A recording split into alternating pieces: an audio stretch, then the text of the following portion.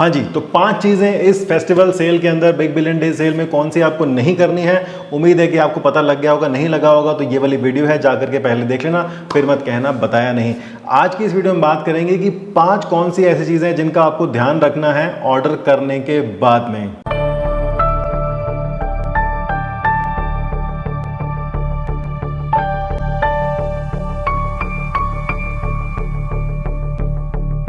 नमस्कार, शर्मा टेक्निकल में आपका बहुत बहुत स्वागत है। तो पहली बात यहाँ पर यह है जो मैंने पिछली वीडियो में बताई थी कि जब तक आपको ज़रूरत नहीं है आपको कोई भी सामान जो है वो नहीं लेना है। हालांकि ये इस वीडियो की बात नहीं, उसी की बात है। फिर से आपको जो है वो दोहरा रहा हूँ कि आप प्लीज़ अपने ज़रूरत का ही सामान लेना, ऐसे ही जो है वो पैसों को वेस्ट मत करना। सबसे पहली चीज़ आपको क्या करनी है, जब आपने अपना ऑर्डर डिसाइड कर लिया है, ऑर्डर करने वाले हैं, तो आपको डिसाइड करना है कि आपको जो है वो कैश ऑन डिलीवरी लेना है या फिर कार्ड ऑन डिलीवरी लेना है। मतलब कि आप जो पेमेंट है वो अब जब आपके पास प्रोडक्ट आएगा तो आप कैश से भी कर सकते हैं और कार्ड से भी कर सकते हैं। आपको ज़रूरी नहीं है कि आपको पहले ही ऑनलाइन पेमेंट करना है।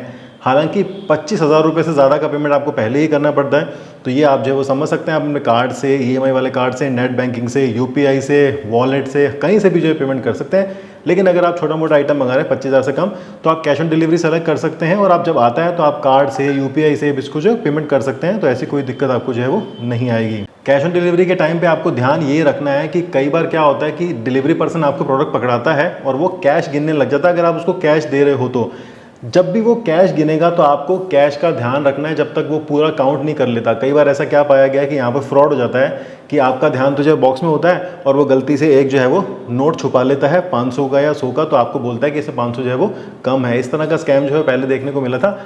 मोस्टली क्या होता है कि लोग नहीं करते हैं, वही आपके डिलीवरी वाले पर्सन होते हैं जो रोज़ आते हैं, अमेजोन फ्लिपकार्ट वाले उस एरिया में डिसाइड होते हैं। लेकिन अभी क्या आ रहा है, सेल का टाइम है, तो हो सकता है कि नए डिलीवरी पर्सन भी रखे जाएं और भैया पैसों को देख कर ईमान इंसान का बदल ही जाता है। तो आपको ध्यान रखना है, आपने खुद से पहले कैश काउंट करना है और उसको काउंट करना है। जब तक वो काउंट कर रहा है तब तक आपको अपना ध्यान कैश से नहीं हटाना है। कैश उसके हाथ में देने के बाद बोलना भाई गिन लिया बराबर, बिल्कुल ठीक है। अगर आप कार्ड से कर रहे हो तो आपको कार्ड का भी ध्यान रखना है, कार्ड की वो फोटो वोटो ना खींच ले, नंबर आपका जो है वो सेव ना कर ले अपने पास में, आपको ध्यान रखना है।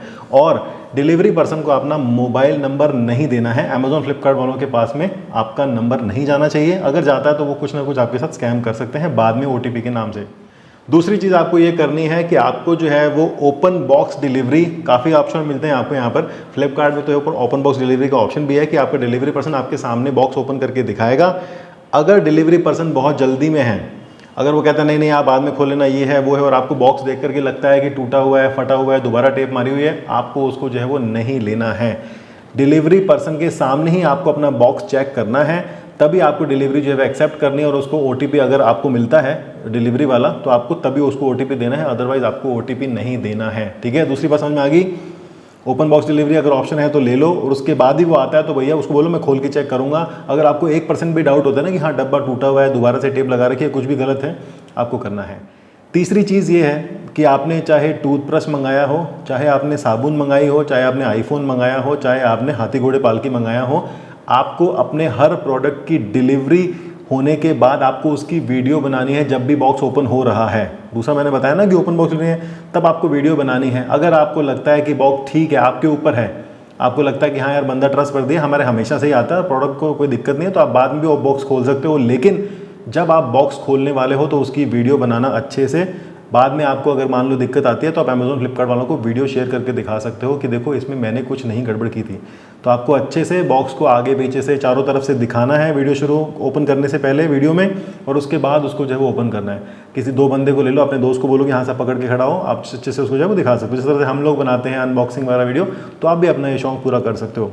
इससे क्या होगा कि आपको अगर मान लो कि 1% या 0.001% कुछ भी गड़बड़ मिलती है तो आपको बाद में एविडेंस मिल जाएगा कि हाँ साहब मैंने कुछ नहीं किया था, बॉक्स पहले से टूटा हुआ आया था या रैप, जो भी चीज़ थी ना, मतलब आपको पता रहेगी। तीसरी चीज़ पता लगी आपको, रिकॉर्ड आपको वीडियो ज़रूर करनी है। सब कुछ सही है, बाद में डिलीट कर देना, कोई दिक्कत वाली बात नहीं, लेकिन गड़बड़ होती है तो आपके पास में एविडेंस प्रूफ रहेगा। चौथी चीज़ यहाँ पर यह है कि जब भी आपको बॉक्स यहाँ पर मिल रहा है, अगर आपको मैंने बताया कुछ भी गड़बड़ लग रही है कि आपको लग रहा है कि यार साइड से कटा हुआ है, उस पर ऊपर टेप लगा रखी है, कई बार क्या होता है कि प्रोडक्ट आता है रास्ते में डैमेज हो जाता है, तो आपको उसको नहीं लेना है। आपको लगता है कि यार मेरा बहुत महंगा सामान है, मैंने लैपटॉप मंगाया है, मैंने फ़ोन मंगाया है, मैंने TV मंगाया है, कुछ भी हो सकता है इसके अंदर, टूट भी सकता है, कुछ भी हो सकता है, आपको उसको डिलीवरी को रिचेक कर देना है।